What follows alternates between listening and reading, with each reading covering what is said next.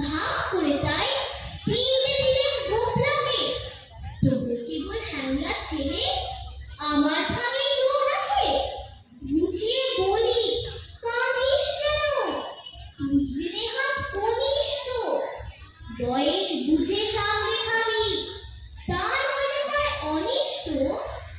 3টি বছর তফাৎ মোদের, জায়গা হিসাব করতি তাই।